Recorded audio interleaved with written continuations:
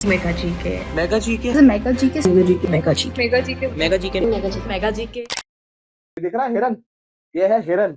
और अब ये दिख रहा है शेर, ये है शेर। ये देखो हिरन दौड़ रहा है हिरन। अब जब ये हिरन दौड़ रहा है ना तुम्हारे बगल में, तो इस दौड़ते हिरन के अंदर एक बहुत इंपॉर्टेंट बात है कि जब ये दौड़ता है तो ये इसीलिए दौड़ता है क्योंकि उसको पता होता है कि इसके पीछे शेर दौड़ रहा है, और अगर ये शेर दौड़ रहा है तो ये मरेगा, और डर के मारे दौड़ रहा है, इसलिए इसको प्रे कहते हैं।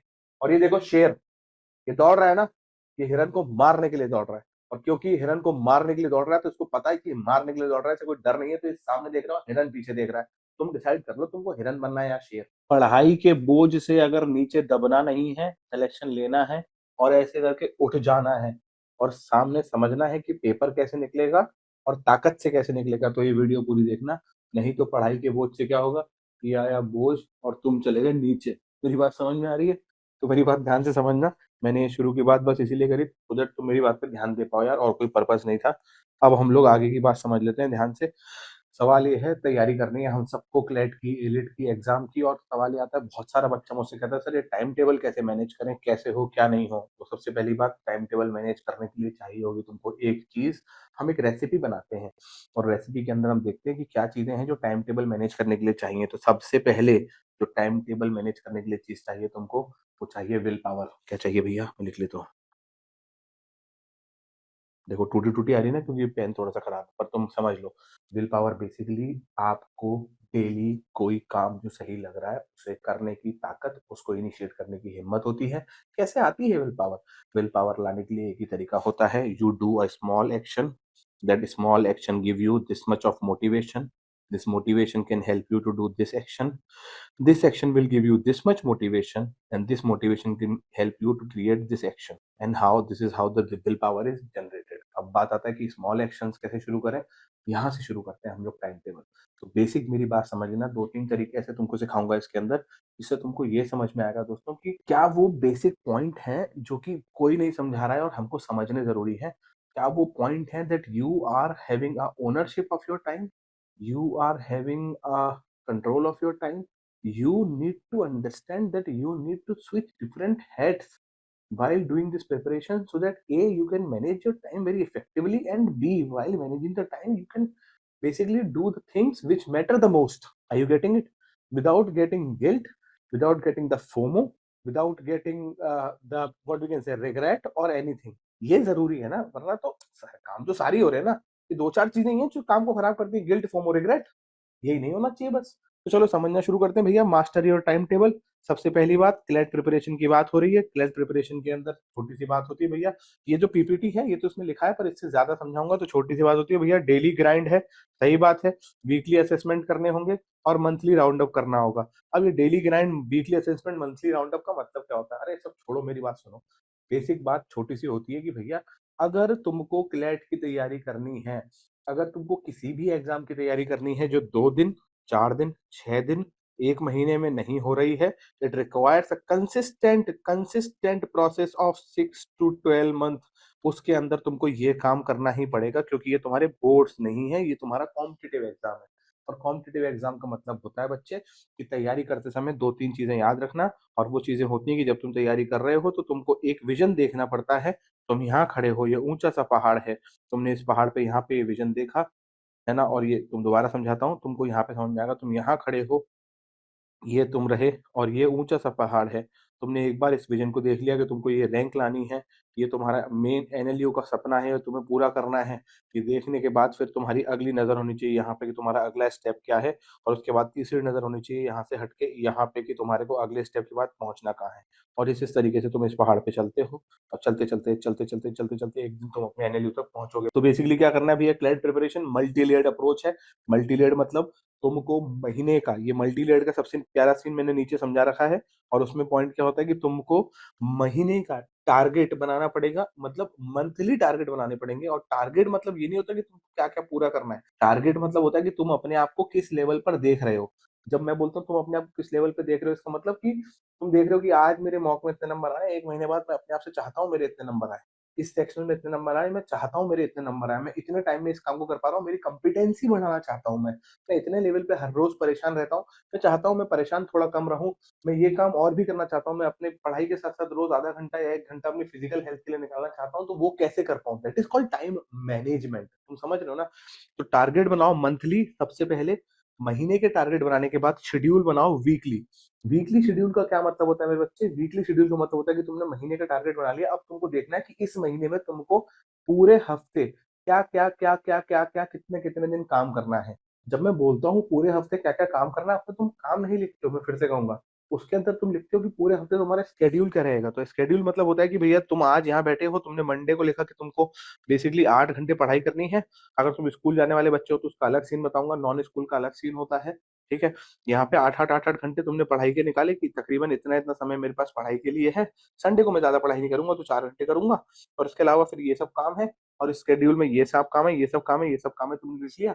और उस शेड्यूल के बाद जब तुम वो शेड्यूल या शेड्यूल जो कुछ बोले इसको, जब तुम वो लिख लो, तो वो टारगेट मंथली के बाद शेड्यूल और शेड्यूल वीकली के बाद सबसे इम्पोर्टेंट पॉइंट होता है कि तुमको डेली की टू डू लिस्ट बनानी होगी। और ये बहुत इम्पोर्टेंट बात होती है। जब मैं तुमसे बोलता हूँ तुम्हें डेली की टू डू लिस्ट बनानी होगी, तो उसका मतलब होता है कि आज रात को ये है डिसिप्लिन जो तुम्हें करना है। आज रात को तुम सो रहे हो तो कल के दिन के लिए तुमने काम लिखा हुआ है। याद रखना कल तुम जब सुबह उठो तो तुम काम खोजने के लिए वांडरर की तरह नहीं जाओ। तुम अपना पैड उठाओ और नोटपैड में तुम्हारे लिखा हो कि तुम्हारा क्या काम है। तो ये होता है डेली का टू डू शेड्यूल और उसके बाद एक टू डू मैंने लिखी हुई है, बट इसकी थोड़ी कीमत है, तो ये जब हम लोग दोबारा आएँगे इस पॉइंट पे नीचे दोबारा लौट के तब समझाऊँगा। तो तुमको समझ में आ गया? पॉइंट क्या रहा? पॉइंट रहा कि monthly target, weekly schedule, daily to do क्या होता है वो मैं भी समझाऊँगा और बहुत गजब चीज़ होती है। तो यहाँ तक की बात समझ में आई कि भैया मंथली राउंड अप लेना है ना? वीकली असेसमेंट, डेली करना है काम, कैसे-कैसे करना है, उसके बहुत सारे तरीके हैं। क्या-क्या सब्जेक्ट्स करने हैं, उसके बहुत सारे तरीके हैं। बट एक बेसिक तरीका होता है कि भैया क्या है, 3 तरीके की कैटेगरी है, school going student, gap year student, है ना? 2 तरीके की कैटेगरी होती हैं। अब ये स्कूल गोइंग और गैप ईयर और एक और तीसरी इस तरीका होता है that is college going student, मतलब जिसने पार्शियल ड्रॉप लिया है, उसने चाहे ओलेट से या किसी और कॉलेज में पढ़ रहा है और उसके साथ काम कर रहा है। अब ये पार्शियल ड्रॉप और स्कूल गोइंग स्टूडेंट जो होते हैं, इनके पास होता है गुरु 2 प्रायोरिटीज़, इनकी कभी भी एक प्रायोरिटी नहीं होती। इनकी होती है भैया एक प्रायोरिटी, तराजू सा बना लेते हैं अपनी ज़िंदगी में ये। ये तराजू में एक तराजू होता है इनका कि भैया ये तराजू है, इसके अंदर इनका है स्कूल, कॉलेज जो भी एकेडमिक्स, और दूसरा तराजू है इनका क्लैट। अब यहाँ पे क्या होता है, यहाँ पे बेसिकली बच्चा फँस जाता है कि किस पे टाइम ज़्यादा दूँ। और उस तराजू में वो परेशान होने की वजह से गलती क्या करता है कि किसी पे टाइम नहीं दे पाता है, अगर वो बैठ के लगातार डिल्यूजन और डिलेमा में रहेगा तो। अब तुम्हें डिल्यूजन और डिलेमा में कैसे नहीं रहना है, उसके लिए एक बहुत तरीका सही होता है और वो तरीका होता है कि तुम सबसे पहले मेरे बच्चे वो काम करो, जो तुमको दोनों के अंदर इस लेवल पे ले आए कि कोई सा भी एक तराजू बिल्कुल नीचे ना चला जाए। जब मैं बोलता हूँ कोई सा भी एक तराजू बिल्कुल नीचे ना चला जाए, इसका मतलब क्या होता है? इसका मतलब होता है कि तुम अपने स्कूल की वो बेसिक पढ़ाई करते चलो जिससे कि तुम किसी भी एकेडमिक्स में सब्जेक्ट्स में फेल ना हो रहे हो और बहुत बुरे परसेंट ना ला रहे हो, पहली बात। और दूसरा, तुम क्लैट के लिए पढ़ाई करते समय ये याद रखो दैट दिस एग्जाम और elite exam is all about your skill development. तो तुमको धीरे धीरे अपने सब्जेक्ट्स के साथ अपनी स्किल शार्प करनी है। जब मैं बोलता हूँ कि सब्जेक्ट्स के साथ स्किल शार्प करनी है, इसका मतलब क्या हुआ बेटा? इसका मतलब हुआ कि तुमको अपनी रीडिंग कॉम्प्रिहेंशन, अपनी क्वांट की स्पीड, अपनी क्रिटिकल थिंकिंग और क्रिटिकल रीजनिंग और अपनी जीके को राउंड अप के अंदर रखना। क्योंकि जो भी बच्चा ये सोच रहा है कि भैया कोई दिक्कत नहीं है, क्या फर्क पड़ रहा है जीके से, अपन तो साल के एंड में जाके 2 महीना पढ़ेंगे और 2 महीने में जीके पूरी कर लेंगे। गुरु मैं बता रहा हूँ तुमको, तुम में से जिस किसी को लग रहा है अरे 2023-24 के पेपर में वैसे भी पैसिव में से जीके आई है, क्या फर्क पड़ता है? पहली बात तो क्लेट में पैसिव में से जीके आई, एलिट में नहीं आई है।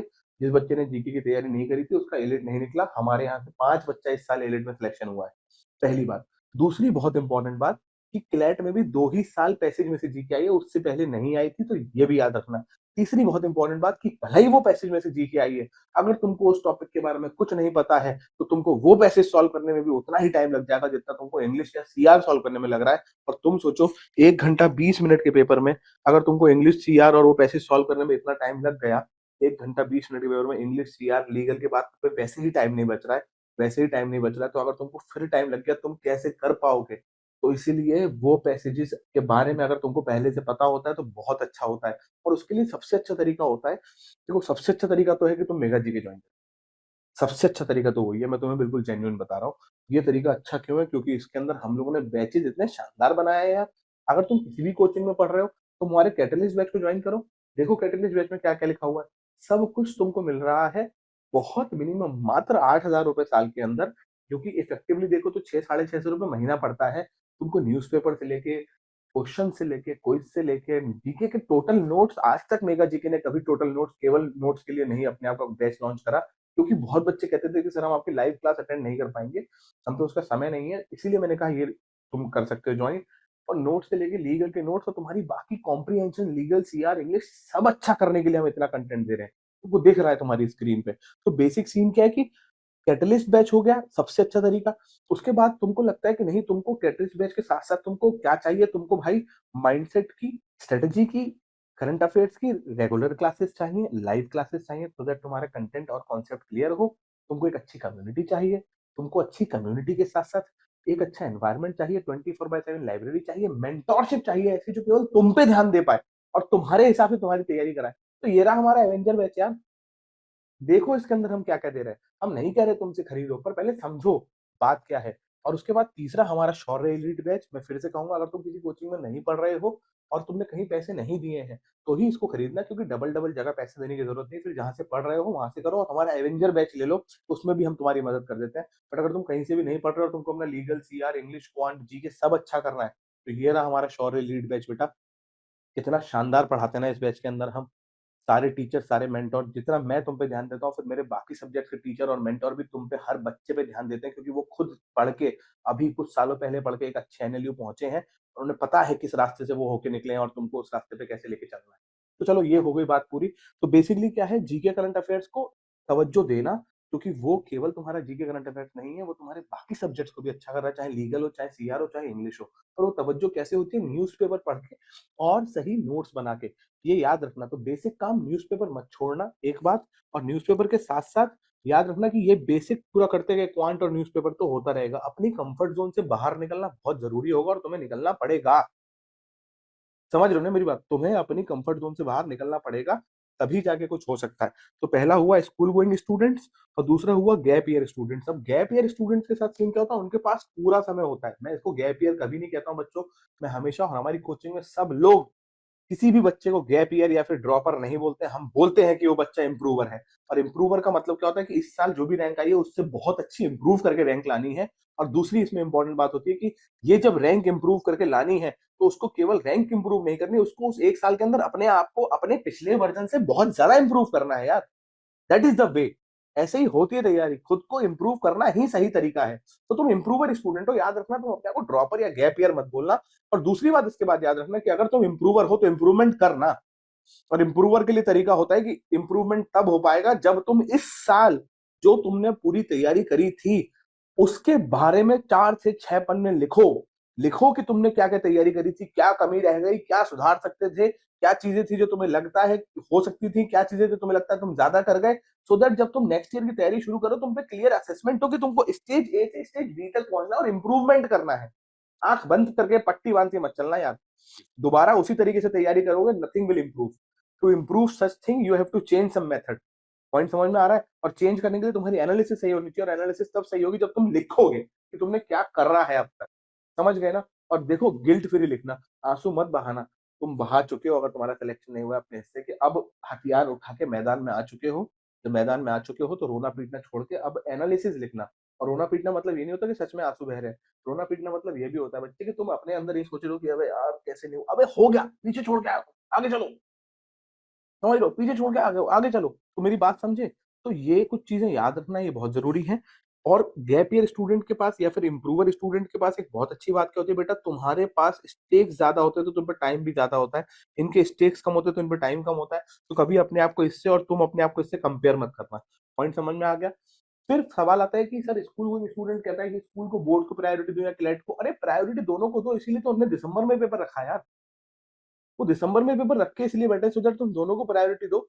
तुम तब तक वो तैयारी करो और उसके बाद अपने बोर्ड्स की तैयारी अच्छे से हो जाएगी। 3 महीने मिल रहे हैं तुमको यार, इतना पढ़ लोगे तुम क्लैट करते करते। मेरे आगे बच्चे कॉलेज निकालते हैं, उसके साथ टॉप भी कर देते हैं यार। अपनी कॉलेज में, अपने शहर में, बोर्ड्स में, सब्जेक्ट में टॉप कर देते हैं। क्यों कर देते हैं? क्योंकि अरे तुम में ताकत आ चुकी है पढ़ने की। तुम पेपर आराम से निकाल लोगे बोर्ड्स का।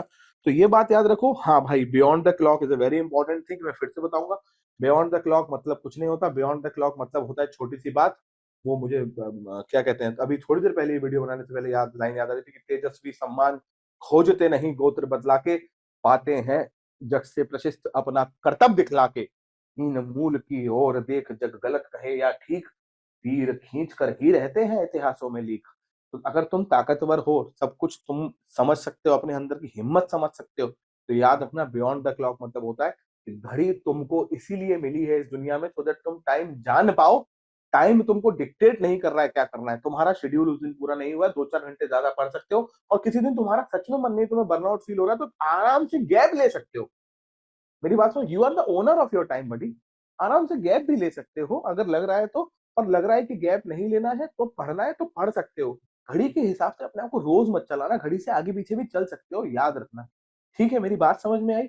ओनर रहना अपने टाइम का, गुलाम मत रहना अपने टाइम और अपने आसपास की सिचुएशन के, तभी पेपर निकाल पाओगे। दिस एग्जाम और any exam in this world is a predator mentality testing exam. मतलब क्या होता है, दो चीजें होती है, ये दिख रहा है हिरन, ये है हिरन, और अब ये दिख रहा है शेर, ये है शेर। ये देखो हिरन दौड़ रहा है, दौड़ रहा है हिरन।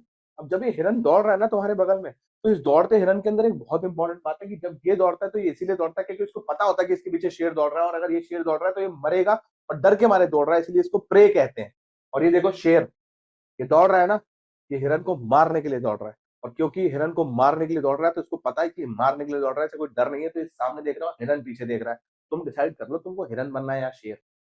समझ रहे हो ना मेरी बात? प्रेडेटर और प्रे मेंटेलिटी का फर्क है बेटा, और वो बहुत जरूरी फर्क होता है, मेरी बात याद रखना पूरी जिंदगी। ठीक है, this is mindset, this is the personality I need in my student, and this is the personality I make my student. ठीक है, तो ये हो गया beyond the clock. Subject pairing strategy एक बहुत इंपॉर्टेंट स्ट्रेटेजी होती है। उसमें छोटी सी बात होती है कि भैया दो सब्जेक्ट को पेयर करो। अगर तुम आज इंग्लिश पढ़ रहे हो तो इंग्लिश के साथ सीआर कर लो, so दैट तुमको दोनों चीजें साथ में समझ में आ जाए। अगर तुम क्वांट कर रहे हो तो क्वांट के साथ में फिर दूसरा सब्जेक्ट कर लो। अगर तुम लीगल कर रहे हो तो लीगल के साथ में फिर तुम जीके का स्टैटिक पार्ट पढ़ लो। और इसके अंदर अलग अलग पेयरिंग हो सकती है, कोई इसमें थंब रूल मेथड नहीं होता कि एग्जैक्टली ये पेयरिंग करनी है।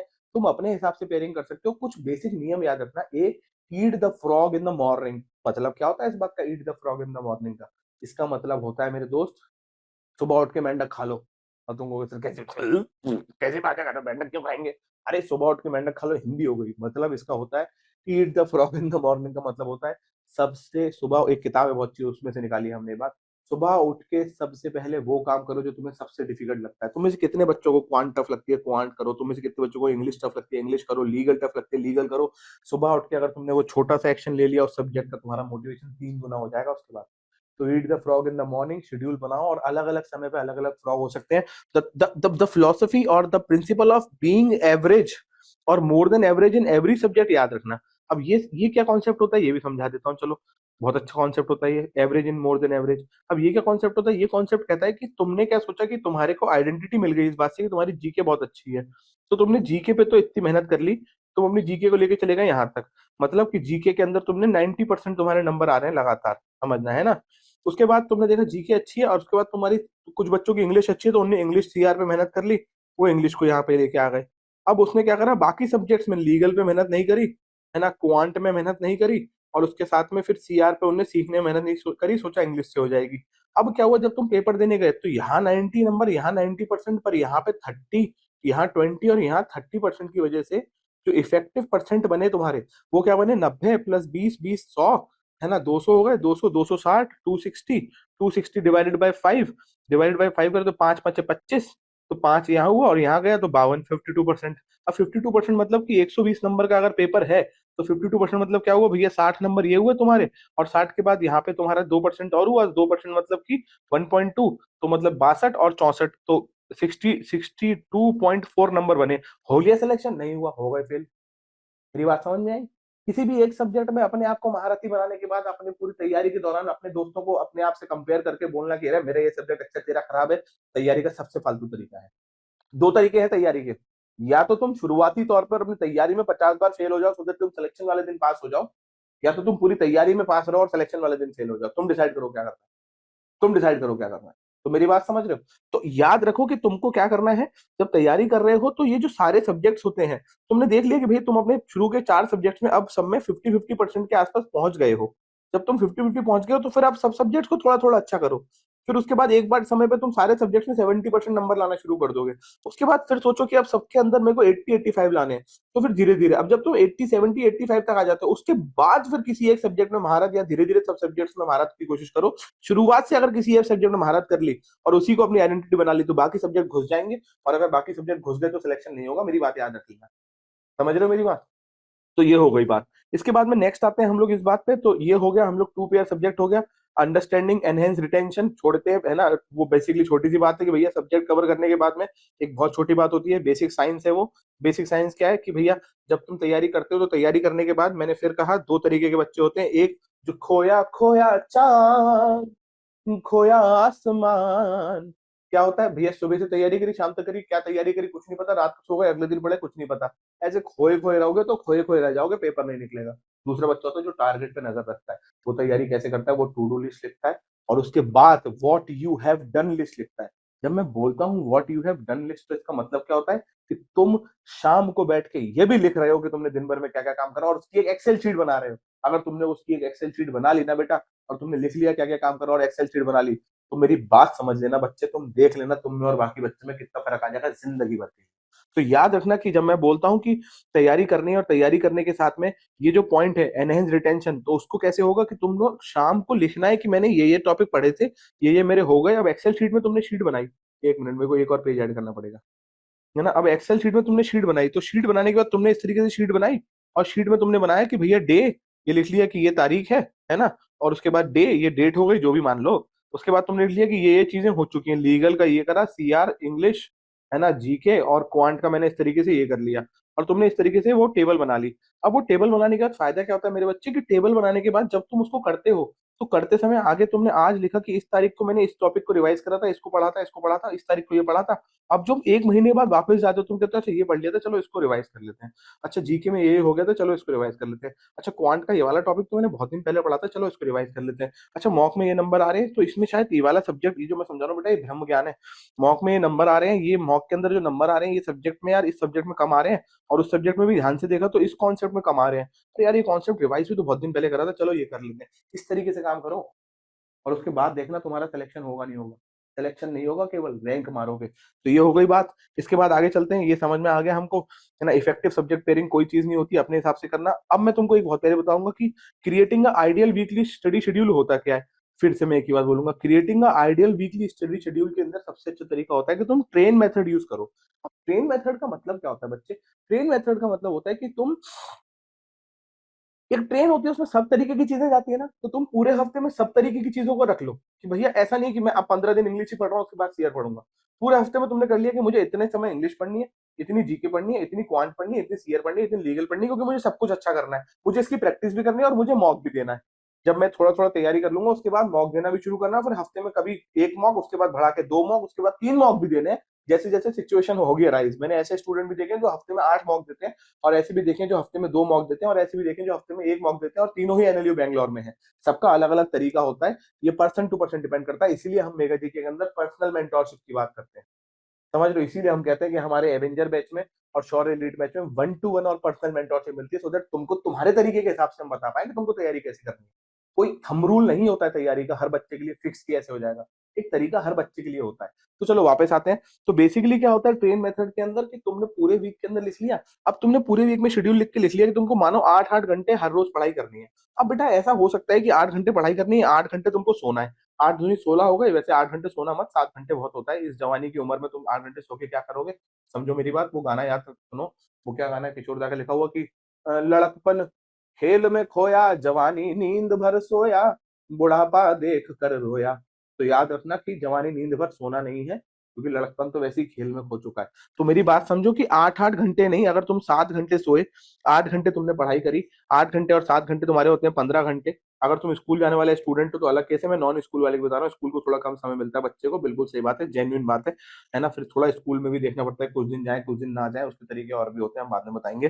तो 7 घंटे और 8 घंटे 15 घंटे हुए। उसके बाद तुम पे 9 घंटे बच रहे हैं। उसमें से तुमने 4 घंटे अपनी लेजर के निकाल लिए। समझ लो लेजर मतलब मैं इधर इंस्टाग्राम देखूंगा, घूमूंगा, खेलूंगा, काटूंगा, नाचूंगा, गाऊंगा, कुछ भी करूंगा, तुम्हारी मर्जी। अब तुमको ये समझना है कि पहले दिन हो सकता है तुम पढ़ाई करो, दूसरे दिन पढ़ाई करते में 8 घंटे में से 2 घंटे तुम्हारे किसी काम में खराब हो जाए। और वो सब्जेक्ट तुम्हारा नहीं हो पाया। अब तुम अपने लिए जिम्मेदार हो, मेरी बात समझो। और तुम अपने लिए जिम्मेदार हो का क्या मतलब होता है? तुम अपने लिए जिम्मेदार हो का मतलब होता है कि तुम जब तैयारी कर रहे हो तो तुमको ये छोटी सी बात पता है कि आज मेरा ये खराब हुआ है समय, अब ये बचे 2 घंटे में चाहे आधा आधा घंटा रोज निकालूं, मुझे कवर करना है। अगर 4 घंटे खराब हो गए तो 1 1 घंटा एक्स्ट्रा निकालूंगा, इस हफ्ते में मुझे पूरा कवर करना है। समझ रहे हो मेरी बात? जब तुम ये मान के चलोगे कि उस हफ्ते के अंदर तुम्हें पूरा कवर करना है, तुम गिल्ट में भी नहीं जाओगे और इफेक्टिवली अपने आप को मैनेज कर पाओगे। पॉइंट समझे? तो इसीलिए मैं कहता हूं तुमसे कि monthly target, weekly schedule, daily to do list, और उसके बाद क्योंकि तुमने अब तक इंतजार किया है तो उसके बाद एक और लिस्ट आती है, that is to do list. अब ये टू डू ऐसा लगेगा ना घोड़ा दौड़ रहा है। तो टू डू लिस्ट बेसिकली क्या होती है? टू डू लिस्ट का मतलब होता है कि तुम बैठे पढ़ाई करने, देखते हैं हम पे कोई ना कोई फोटो होगी यहाँ पे किसी बच्चे की, ये देखो हरी भाई बाबू, है ना, ये प्यारा चच्चा बाबूलाल चौधरी पढ़ाई करने बैठा। अभी बाबूलाल चौधरी पढ़ाई कर रहे हैं और पढ़ाई करते करते इनने देखा कि इनकी ये सारी किताबें तो पढ़ाई जो हो रही है तो अच्छे से हो रही है, पर इनने देखा कि हबीबी ये किताबें तो रह गई हैं, ये भी पढ़नी है। अब जैसे तुम सीआर कर रहे हो तो मिला इंग्लिश रह गई, इंग्लिश कर रहे हो लीगल रह गई, ये काम कर रहे हो वो रह गया, स्कूल का कर रहे हो तो क्लैट का रह गया, क्या करें, दिमाग का एकदम से भजिया पाव हो गया। अब इस भजिया पाव को कैसे सही करना होता है अपने दिमाग के? इसको सही करने का सबसे अच्छा तरीका होता है कि जब तुम टू डू लिस्ट बना चुके हो और उसके बाद तुमको कोई और काम याद आ रहा है, तो एक और लिस्ट बनाओ जो अपनी टू डू लिस्ट के बगल में रखो, और उस लिस्ट में वो काम लिखो जो तुमको टू डू लिस्ट लिखते समय या वो सॉरी पढ़ाई करते समय याद आए। तो दैट तुमको पढ़ाई करते समय 15 बातें याद आ गई तो तुम उठो मत, उसको लिख लो। और लिखने के बाद जब शाम को, अगर बहुत इमरजेंसी है तो अलग बात है, वरना शाम को अपनी टू डू लिस्ट में उन कामों में से जो जरूरी काम है वो ऐड कर लो और अगले दिन उसको करो। तुम्हारा कॉन्फिडेंस 4 गुना बढ़ जाएगा, क्योंकि तुम्हारे दिमाग को और तुमको इस बात पे भरोसा हो जाएगा कि तुम जो बोलते हो वो तुम करते हो, और जो तुम नहीं बोलते हो वो भी तुम करते हो। समझ में आ रहा है? तो तुमने जो टू डू लिस्ट बनाई वो भी करी, और जो टू डू में लिखा उसमें से तुमको जो याद आया वो तुमने टू डू में लिख के कर लिया। That is a very important thing बच्चे, मेरी बात समझे? तो ये हो गया। इसके बाद में हम आगे चलते हैं समझने के बाद में, है ना। Tailor your schedule according to your learning style, बिल्कुल सही बात है। Self awareness is the key, और सेल्फ अवेयरनेस हमेशा सही डेटा से आती है, और सही डेटा तब आता है जो उसको सही से मैनेज किया जाए। इसीलिए मैंने तुमसे कहा कि ये एक्सेल शीट बनाओ, तो दैट जितना क्लियर डेटा होगा उतना क्लियर तुम्हें सेल्फ अवेयरनेस आएगी, जितनी क्लियर तुम्हें सेल्फ अवेयरनेस होगी उतनी अच्छी तुम्हारी पढ़ाई होगी। मेरी बात लिख लेना, that the God and the devil both lie in the details. If you need to find the God, you have to go to the details. If you need to kill the devil, you have to go to the details. समझ रहे हो ना? और इस बात को समझ जाओगे तो बहुत अच्छा कर जाओगे। तो ये रही बात। इसके बाद आगे चलते हैं। फ्लेक्सिबिलिटी हमने बता दी, और कैसे रखनी ये भी बता दिया। बैलेंस बना के रखना है वो भी बता दिया कि भैया बैलेंस बना के रखना है, एक सब्जेक्ट में तुर्रम खा बनने से कुछ नहीं होगा। ये रही पूरी बात बेटा। अब time management is a very critical thing. सब अंग्रेजी लिखी रहने से कुछ नहीं होगा, जो मैं कह रहा हूँ वो सुनो। तुमको अगर ये सारी बातें समझ में आ गई हैं, ये हमारे तीनों बैच हैं। दोबारा से बोलता हूँ, कैटलिस्ट बैच, एवेंजर बैच और शौर्य एलीट बैच, ये तीनों बैच चल रहे हैं। आओ डेमो क्लास लो, समझो हम कैसा पढ़ा रहे हैं, समझो क्या कम्युनिटी है, समझो क्या तरीके हैं वो पढ़ाने के, जिसकी वजह से मेगा जीके से निकला हर बच्चा एक लाइन कहता है कि mega GK starts with your preparation but it doesn't end. हर बच्चा कहता है कि it is a community rather than a coaching. हर बच्चा कहता है कि कनेक्टेड महसूस होता है, पूरा साल ऐसा लगता है कि कोई हमारे साथ खड़ा है और तैयारी करा के हमारा सिलेक्शन करा रहा है। समझो क्या वो फर्क है, समझ रहे हो मेरी बात? और इसके साथ में एक बहुत अच्छी चीज याद रखो कि तुम हम पे एडमिशन नहीं भी लोगे और तब भी तुम्हें तुम्हारी जिंदगी में लगता है कि ये सड़क जा रही है, सड़क टूट गई है वाली, दोबारा बनाते हैं, तब लगता है कि ये सड़क जा रही है, इधर भी खाई है, इधर भी खाई है, और तुम बीच में चल रहे हो तो कोई समस्या नहीं है। बट कभी तुम्हें लगे कि किनारे पे हो, बहुत परेशान हो, किसी बात से दुखी हो, बहुत ज्यादा टूटे हुए हो, कोई कष्ट है जो किसी को बता नहीं पा रहे हो, या लग रहा है कि अभी आगे कुछ नहीं हो सकता है, तो तुम अगर स्टूडेंट हो तो हमारे लिए इतना ही बहुत है। हमें व्हाट्सएप पे, टेलीग्राम पे, इंस्टाग्राम पे, किसी भी ग्राम पे, यूट्यूब पे मैसेज करना, हम जरूर देखेंगे। नहीं कर पाए, देख पाए तो दोबारा करना, हम देखेंगे। और हम हैं तुम्हारे साथ, याद रखना, हम हैं तुम्हारे साथ, हम तुम्हारे साथ हैं, याद रखना मेरी बात, ठीक है ना? अच्छे से शेड्यूल बनाओ, अच्छे से पढ़ाई करो, खुश रहो, चिल मारो यार, जिंदगी खुश रहने का नाम है। और खुश तभी रह सकते हो जब सशक्त हो पाओगे, और दोनों चीजें एक साथ होती हैं। तो सशक्त रहो, खुश रहो, खुश रहो, सशक्त रहो। अपना बहुत अच्छे से ध्यान रखो। नमस्कार दोस्तों, जय हिंद।